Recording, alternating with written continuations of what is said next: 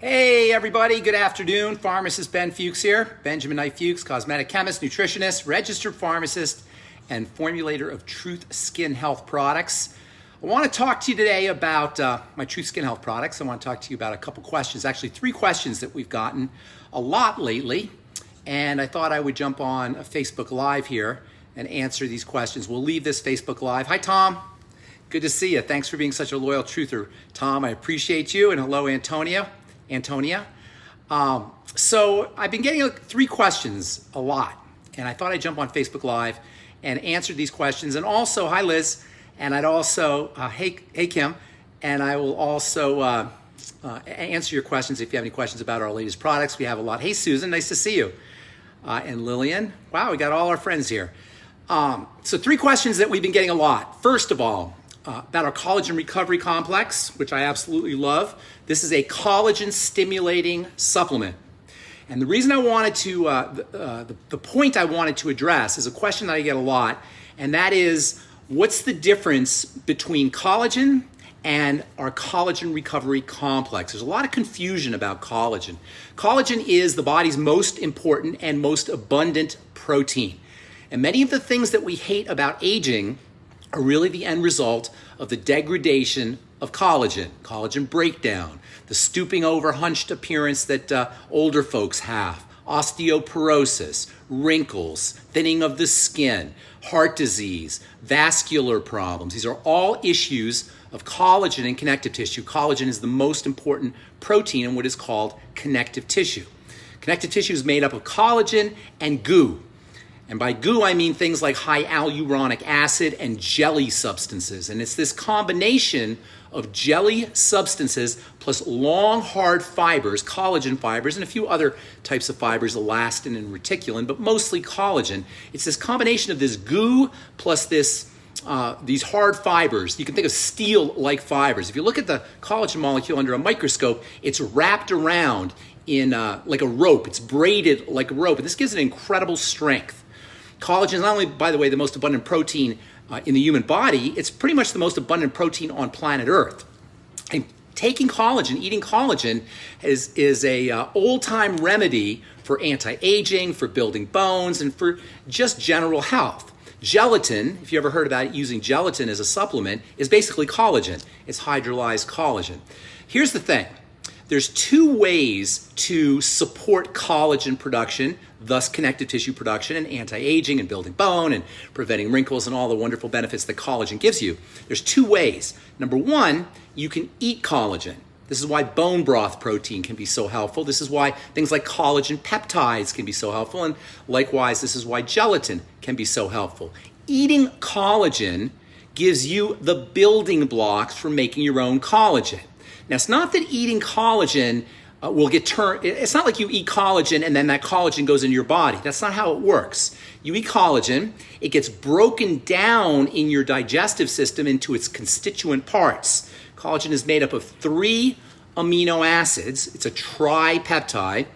And when you eat collagen, whether you're eating it in gelatin or you're eating it in the form of collagen powder or bone broth, or if you're gnawing on the ends of chicken bones, that's another way to get collagen into your system, you're going to get the building blocks for making your own collagen. That collagen that you're eating doesn't automatically get turned into collagen, but it gets broken down and provides you with the building blocks for making collagen. And this is very valuable, and it's very important, and it can be really helpful.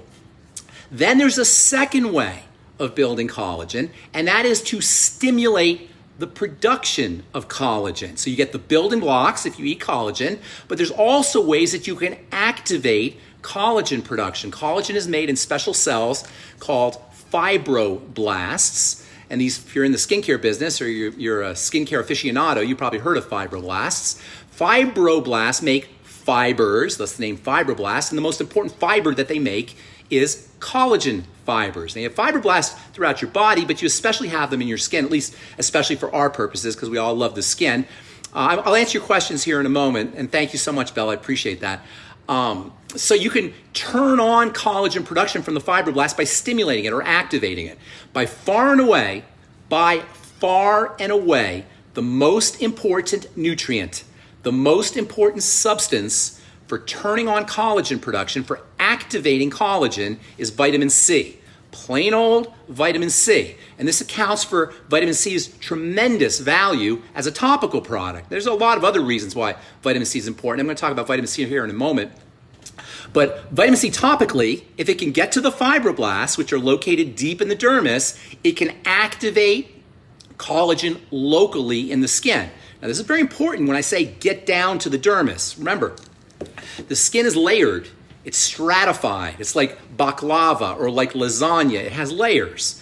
And the fibroblasts are located in the deeper layers. So just because you put vitamin C on the skin doesn't mean it's going to get to the fibroblasts. You've got to support its transport from the surface where you're putting your product on or your vitamin C on down to the lower levels where the fibroblasts live. And not all vitamin Cs will do that. For example, there's the main form of vitamin C, which is called ascorbic acid.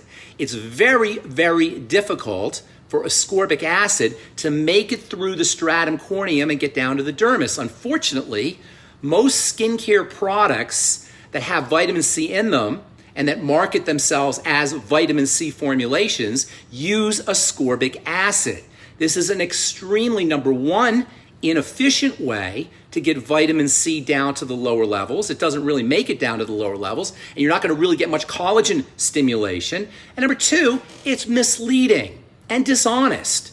When a company says, oh, here's a vitamin C product, but they don't tell you that in order to get the anti-aging benefits and the collagen stimulating benefits, that vitamin C that you're putting on the surface of the skin has to somehow make it down to the dermis, they're playing games, and it's not fair.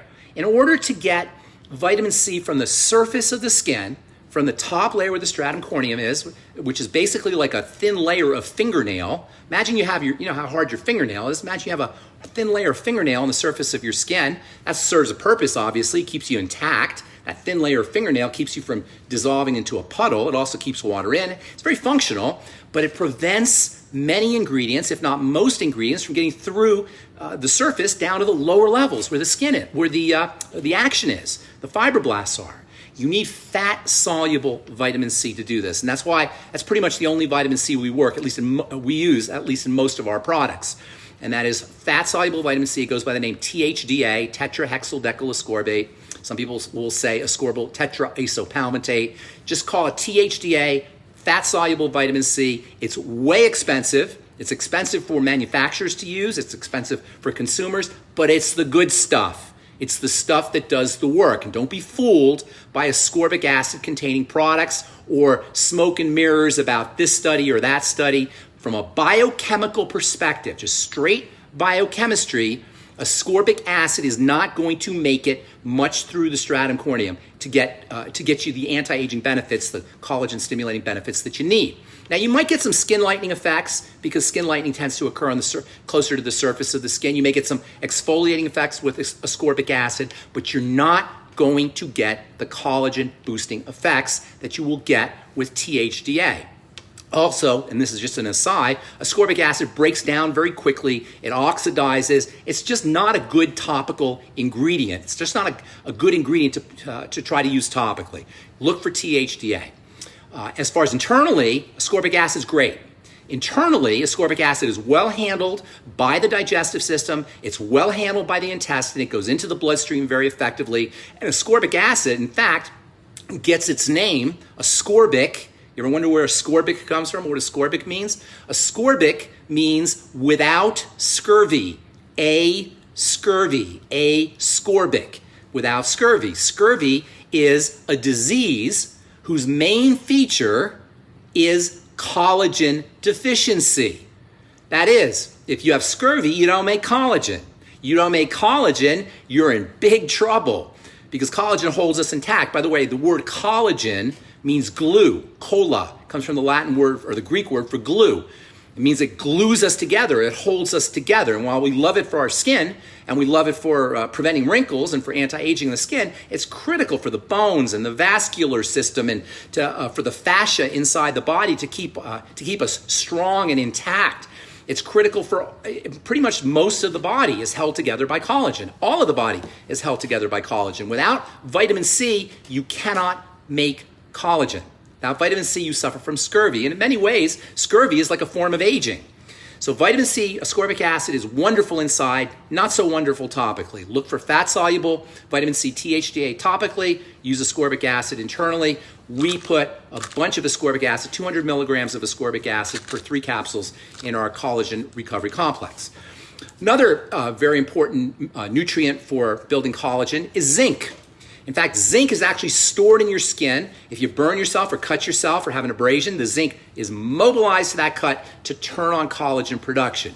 And when I talk about collagen recovery complex for the skin, keep in mind, we're talking about bone health as well. We're talking about vascular health as well. We're talking about the health of the fascia inside. So using collagen recovery complex is just an overall anti-aging supplement, not just important for wrinkles. Zinc is important for building all the connective tissue.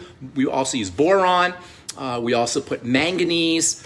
We also use copper, all of which are very important for building collagen. These are activators. Remember, collagen can be built up in 2 different ways, from the raw materials, the building blocks. That's why you want to eat collagen. And then the activators. That's the vitamin C and the zinc and the boron and the manganese, also glucosamine. I'm sure most people have heard of glucosamine by now. Glucosamine got popular in the late 1980s and the early 1990s, and for good reason. Glucosamine turns on the production of collagen. We use glucosamine in our collagen recovery complex. Hyaluronic acid is also in our collagen recovery complex, and that's also important for building collagen. Eating hyaluronic acid. Now, hyaluronic acid has become a really popular topical ingredient. You know, hyaluronic acid is nice. It's not going to help you build collagen if you use hyaluronic acid topically. Let's dismantle that illusion. If you put hyaluronic acid on your skin, you will soften the stratum corneum. Hyaluronic acid can absorb water, and it will plump up the skin surface, and it can have some anti-wrinkle effects from an appearance standpoint. I use a hyaluronic acid in our hyaluronic mineral hydrator, some of you guys have used, and also part of our trifecta, and that will plump up the skin and change the appearance of wrinkles, but it's not going to go down into the dermis. It's a very large molecule, and it isn't going to make it through the stratum corneum, but it can have some nice softening effects for the skin surface, and it can have some nice plumping effects for the skin surface. But you're not going to get long-term benefits by using it topically. But using it internally, you will indeed get wonderful benefits. And it's a great supplement to take just on its own. We put 100 milligrams per dose, per 3 capsule dose in our collagen recovery complex. Also use eggshell membrane. Eggshell membrane is a source of hyaluronic acid. If you ever hard-boiled eggs, you know that there's kind of like a membrane on the surface of the egg. It sits between the shell and the egg itself. That membrane is a wonderful source of hyaluronic acid. If you're hard-boiling eggs, don't throw that membrane out, the membrane that sticks on the side of the shell. If you can peel it off and collect them, make a great nutritional supplement. We use it in our collagen recovery complex.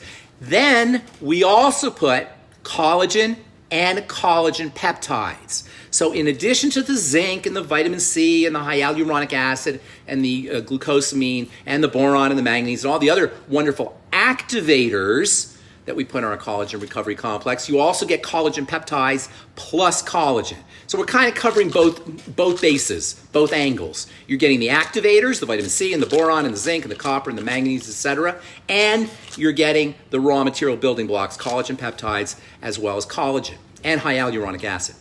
Now, there's a last ingredient that I included in my formulation, collagen recovery complex, and that's something called estrogen, which you may have seen on the ingredient deck. Estrogen is a combination of, hey Don, estrogen is a combination of astragalus, which is an herb, and ginseng. Astragalus and ginseng, estrogen. The combination of astragalus and ginseng is a wonderful penetrant. It helps the active ingredients in the collagen recovery complex penetrate through the intestine. So you take it, it goes into your bloodstream, it goes into your digestive system, and then it crosses from the intestine into the bloodstream. Estrogen facilitates that crossover, and estrogen also facilitates the movement of the nutrients into cells. And that's the last ingredient in our collagen recovery complex. So, hey Amy, so the bottom line is there's collagen building blocks, which are collagen peptides and collagen, and also hyaluronic acid and glucosamine, and there's collagen activators. Those activators are things like vitamin C and copper and zinc and boron, etc. Plus we use estrogen in our collagen recovery complex. So I hope that clarifies that. Collagen building blocks, collagen activators. Our collagen recovery complex is mostly activators, but we do put some of the building blocks in there as well. All right, the next question, what was that? Oh, okay. The next question that I've been getting is about vitamin C and retinol. There seems to be some noise out there on the internet about you're not supposed to use vitamin C and retinol together. And I get a lot of questions because my transdermal C serum, my transdermal retinol gels all have vitamin C in them, because I think vitamin C and retinol are wonderful together. They enhance each other. Vitamin C softens the blow. It sort of mitigates some of the aggressiveness that retinol can have. And retinol helps vitamin C penetrate more effectively. The reason I believe you're seeing a lot of internet noise, and man, is there a lot of internet noise about skincare out there, a lot of just baloney, pure baloney about how skincare works. As a chemist and as a pharmacist, it just kind of makes me angry to see people spouting nonsense out there. And sometimes anyway, I don't want to be negative here. Bottom line, retinol and vitamin C work perfectly together, but the vitamin C has to be stable. If you're using ascorbic acid, this is an unstable form of vitamin C. It breaks down quickly. Because it breaks down, it will accelerate the breakdown of other unstable molecules, and retinol is also unstable. So when you use ascorbic acid with retinol, you can accelerate the breakdown of that retinol and accelerate the breakdown of ascorbic acid. They'll cause each other to break down quickly. And this, I think, might be the reason why people say don't use retinol and vitamin C together. Also, ascorbic acid is an acid, so it can be a little bit strong on the skin. And perhaps people are thinking, well, if you use retinol with ascorbic acid, it will be a little too irritating on the skin. I think that's the rationale. I'm not positive, but I think that's what the rationale is. In any case, if you use our vitamin C and you use our retinol, our transdermal retinol gel, 5% gel and 1% gel, and also our retinol spot treatment, and we have a retinol serum that's coming out. I think it's already out. You'll get a bunch of vitamin C, because I love the combination of retinol with THDA, fat-soluble vitamin C. They synergize each other's effects. The retinol will speed up the penetration, improve the penetration of the THDA, the vitamin C, and the THDA will soften the blow. It will make it a little bit less aggressive, the retinol a little bit less aggressive, so you can use higher concentrations of retinol. And as you guys know, if you've used our retinol, our high concentration retinols, they kick butt. 5% you want to use super carefully, but I believe that you can handle 5%. When you're using retinol products, ours or otherwise, take days off, because your tissue recovers on the days off. We live in a culture where we believe more is better. It's not always like that. You have to be elegant. You have to be artistic about how you use your retinol. And so you have to know, when you're making a painting or you're playing music, there's negative space. There's the silence. And understanding how to use the silence and negative space, if you're a painter, if you're a musician, is really important for creating a composition.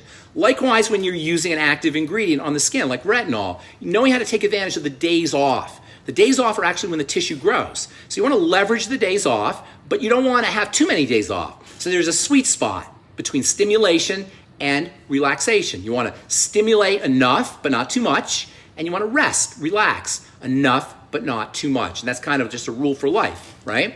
You want to work out, you want to exercise, you want to do stuff in your life, but you don't want to do too much. You want to rest and relax, but you don't want to rest and relax too much. It's the same thing with retinol. All right, there's one more question that I was going to ask you, that I was going to answer here. Let me see. What was that question? Oh, yes.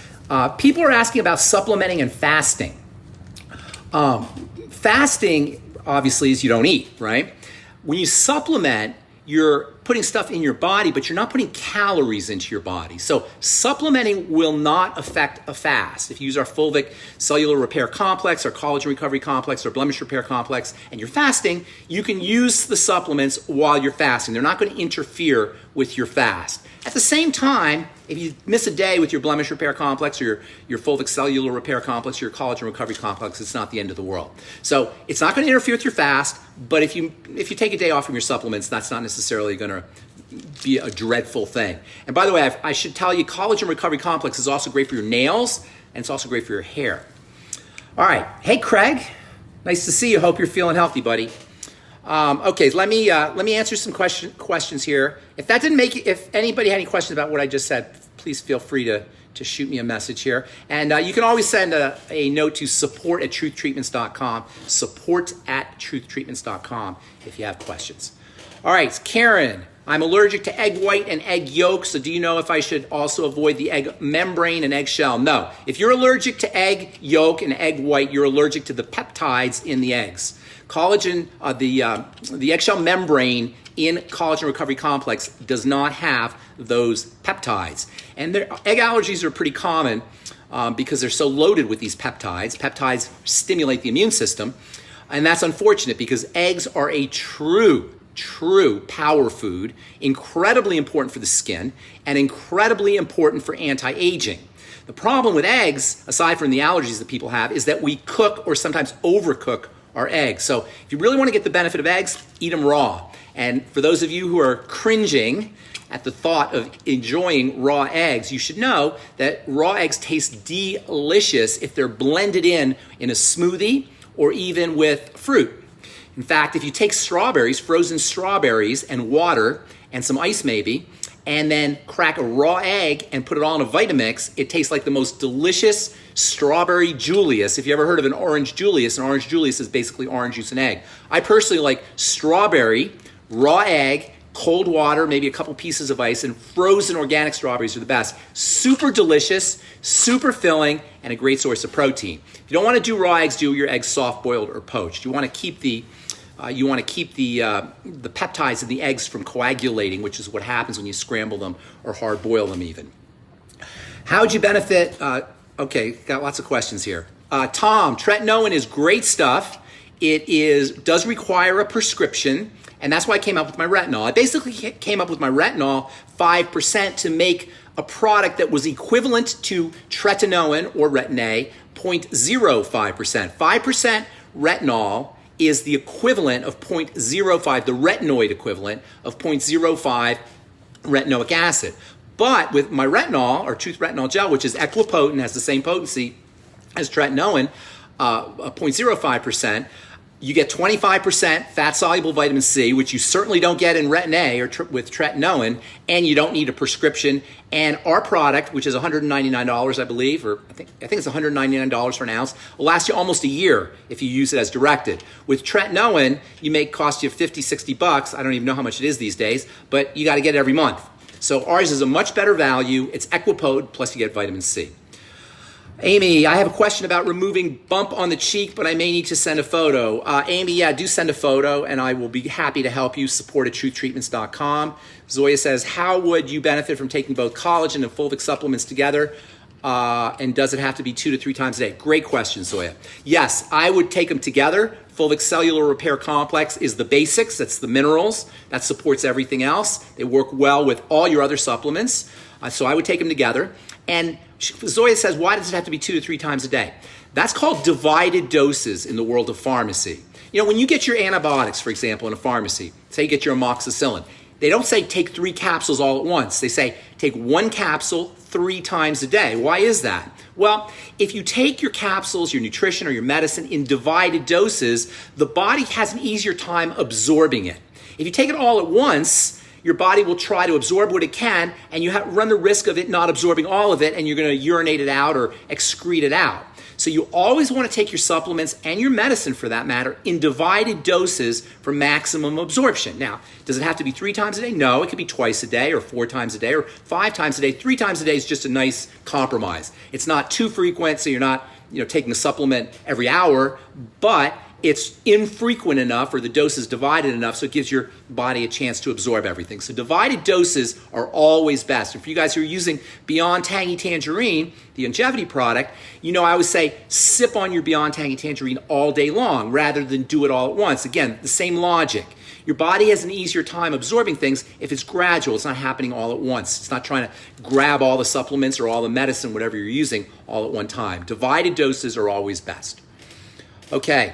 SIBO, Melissa, yes, SIBO, small intestinal bacterial overgrowth, dreadful health issue, and as unpleasant and as uncomfortable as it is, the real problem is long-term.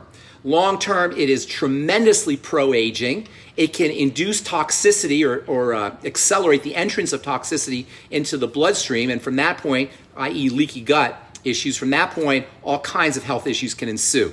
So SIBO is serious business, and of course, it's also miserable. Small intestinal bacterial overgrowth, it causes gas and bloating and digestive discomfort after you eat certain foods.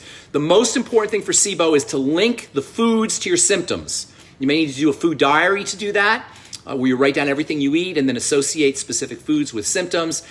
There are certain foods that are pretty much problems for most people. Sugars, dried fruit, anything that's super sweet, bready, starchy. These foods feed bacteria. Bacteria love sugar. We all love sugar, but bacteria especially love sugar, and SIBO is small intestinal bacterial overgrowth. Overgrowth can, one of the major triggers of overgrowth is sugar. So if you just want to avoid something, avoid anything that's super sweet or super starchy, including sweet potatoes and root vegetables. But it's probably best to see what specific foods are your specific problems. And the way to do that is by doing a food diary and linking symptoms up to foods. Probiotics also, of course, Melissa, absolutely vital in fermented foods. Get a book called The Art of Fermentation, and you'll learn how to make your own fermented vegetables. If you don't want, it's very easy to do, but if you don't want to do that, then just buy fermented vegetables, fermented beets, fermented cabbage, sauerkraut, miso. Anything that's fermented will provide bacteria for your small intestine, or you can just, of course, everybody should be on a good probiotic supplement. Also, acidification of the stomach with apple cider vinegar or something called betaine HCl, or even getting hydrochloric acid drops from a doctor, that can also be very helpful for folks who are dealing with small intestinal bacterial overgrowth, i.e. SIBO. Hope that helps, Melissa. Let's see here. Do you use, Antonia says, do you use retinol and vitamin C together or first one on top of the other? Well, if you use our products, our retinol gel, you're getting to get them both together. And it's kind of an interesting question Antonia asks about using things on top of each other. It's called layering in the business. And it's kind of more of a marketing mythology to layer, because there's no layers that stay on your skin. It's not like one layer is on the skin and then another layer is on top of it. It's all getting mixed up when you put it on your skin. So layering isn't really a thing. It's more of a marketing idea. There's no real layering. So it doesn't really matter if you use retinol and vitamin C, one on top of the other. They're all getting mixed up anyway. In fact, I actually like blending everything in my hand first and then going from hand to the skin to assure that you're getting uniform combination of your active ingredients and a uniform application. So, Antonio, there's really no such thing as putting one thing on top of the other, or layering, as they call it. Blend everything in the palm of your hand, apply it to your skin. If you use our retinol gel, it's all done for you because I put the vitamin C in the retinol. Okay, is it better to take liposomal vitamin C? And Tony asked about liposomal vitamin C. You know what? Liposomal vitamin C is not necessary. Topically, you're going to protect the vitamin C a little bit, and you'll also get penetration. The liposome penetrates better than the straight ascorbic acid, but it's really expensive. Internally, it doesn't make any difference at all. Internally, ascorbic acid is handled by the body wonderfully. Don't waste your money on liposomal vitamin C internally in terms of absorption. I hope that helps, Antonia. Let's see. Can I alternate? Bella wants to know, can I alternate tretinoin and the retinol balm? Yeah, if you want to. There's no real need to do it, but yeah, there's no reason why you can't do it. Let's see. I think I might have gotten all your questions. Hi, Liam. Living in Paris, France. Can't get you. Oh, yeah, you can. We ship to France all the time, Liam. And actually, Truth Europe is going to be up and running, hopefully Monday. We had a few delays, but we actually have a distribution company in Europe that's going to be shipping to all European countries. But we ship to France from the United States. So, Liam, just order off the web, or wait till Monday and you can order from Truth Europe. Liam says, I have chronic ongoing cramps. Activity makes it worse. I don't know how old you are, Liam. Hopefully you're not too young, because that's not a good sign if you're young. What you want to use is electrolytes. And write me back here, Liam. Tell me if it happens at night or if it happens during the day. I guess you say activity makes it worse. You want to use the Beyond Tangy Tangerine if you can get it. If not, vegetable juices are a great source of electrolytes. I don't know if you get Emergency in France. I'm sure you can get some kind of electrolyte powders, but think electrolytes, and this is also true for folks who get night cramps. Think electrolytes, and also the B complex. is important. Between the B complex and electrolytes, that hopefully will take care of your cramps. If it's not taking care of your cramps, you might have something more serious going on, and you're welcome to shoot me an email, support@truthtreatments.com, if I didn't answer your question. Tom, azelaic acid. I use azelaic acid in my back bar product, my Mandelic azelaic peel, and I do like azelaic acid. It's not really multifunctional. It's great for skin lightening, put it that way. It's really a nice skin lightener. 20% is pretty strong. I haven't seen a 20% product out there unless it's compounded, but I wouldn't use it too frequently, maybe once or twice a week. It is a nice skin lightener. I will say that about azelaic acid. And I think I have answered everybody's questions. We will leave this up on our Facebook page, this video, if you want to review it or you want to pass it on to somebody. And thank you so much. I appreciate all you guys, and I appreciate your support of Truth Skin Health. And again, feel free to shoot us an email, support@truthtreatments.com or info@truthtreatments.com. Keep checking our page, our webpage, truthtreatments.com, for specials. We run them all the time, and I appreciate all you guys, and I love you guys very much. Mwah! Thank you. We'll talk to y'all later. Bye for now.